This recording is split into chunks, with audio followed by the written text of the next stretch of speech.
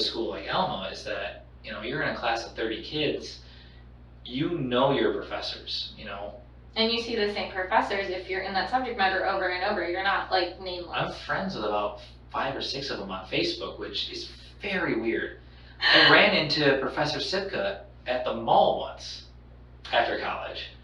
You know, like, so you get to know these professors in a different way, and that's not to take away from the bigger schools. You know, I can see the way I went through college.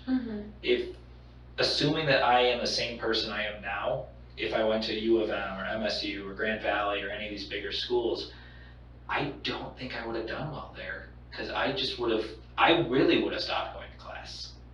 And see, I think I should have probably gone to a big school, and I'm kind of like sad people pushed me to go to a small school, because I think a big school would have provided me different challenges.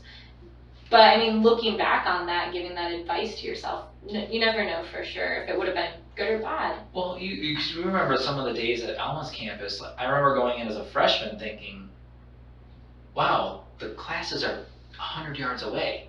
I'm never going to skip class. It's never going to be too cold, too rainy. I'm never going to feel like too tired to walk 100 yards and go to class. And by halfway through sophomore year, it's snowing outside, and you go, do I have to?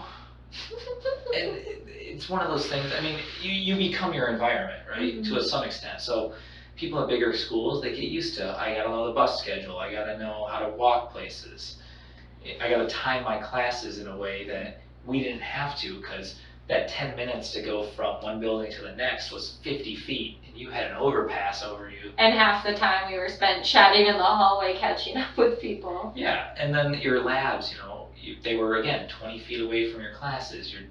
And you could run to the cafeteria and run back in between class and lab. But I do wish I would have worked a little bit more to talk to some of my professors and I honestly wish I would have taken statistics classes too, because I didn't. And we only had 2 stats classes in the entire college. One in the math department and one in the bio department.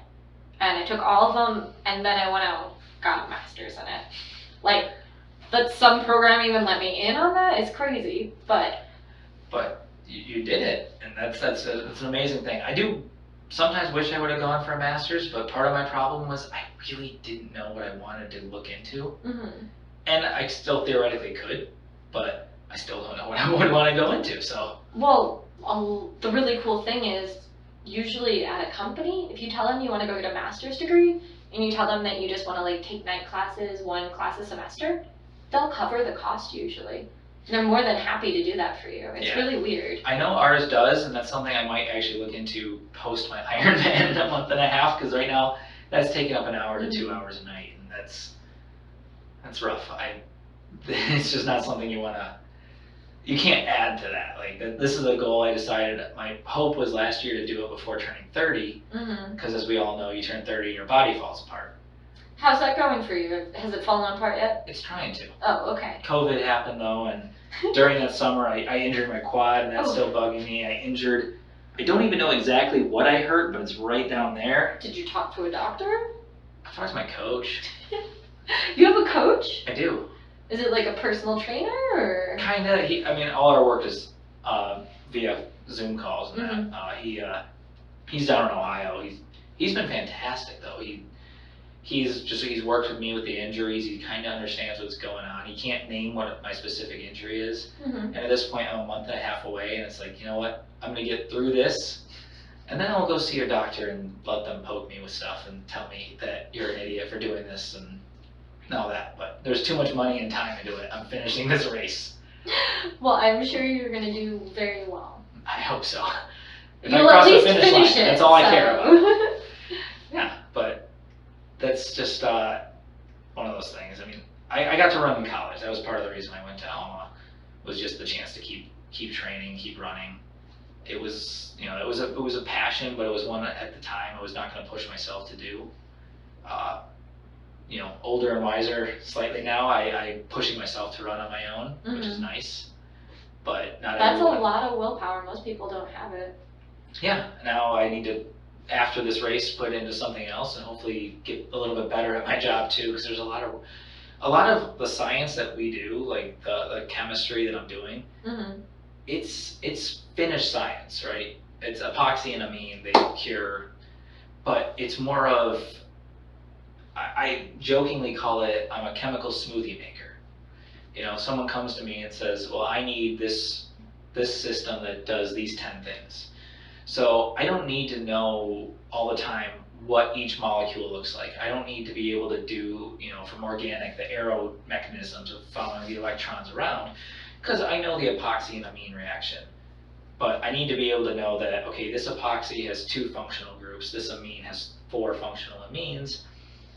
It's going to get me a higher, a more rigid product, or it's going to give me a higher TG product because this resin's a little bit more apt for it. Oh, they need to drive the cost down. I can add this filler product to it that's 30 cents a pound to it, mix it in. It'll drive our cost down, and they can handle that it's going to increase the weight, but it might lose some properties. So it's a balancing act, but you know, I don't have to know exactly why strawberry is good for you in a smoothie, but I know it tastes good and it's got some vitamins for you. I'll throw it in the smoothie, and you'll like the smoothie, kind of thing. It makes me feel like AI would do that really well. We do have a software that they use for some products. It's a DOE software, so design of experiment. Some of the chemists really like it, some of them don't. Mm-hmm. I believe it's generally the older chemists really seem to hate it. It works better for the automotive side of things because their products, they're typically one component systems, so it's an epoxy resin where your curative is in there, Mm-hmm. and you'll apply it. It can either be an adhesive, some kind of foam, just whatever the product is. You apply it, you bond it, you throw it in an oven, and the oven is your catalyst. Mm-hmm. So your curative's already in there, and the heat just breaks it open and lets it start going.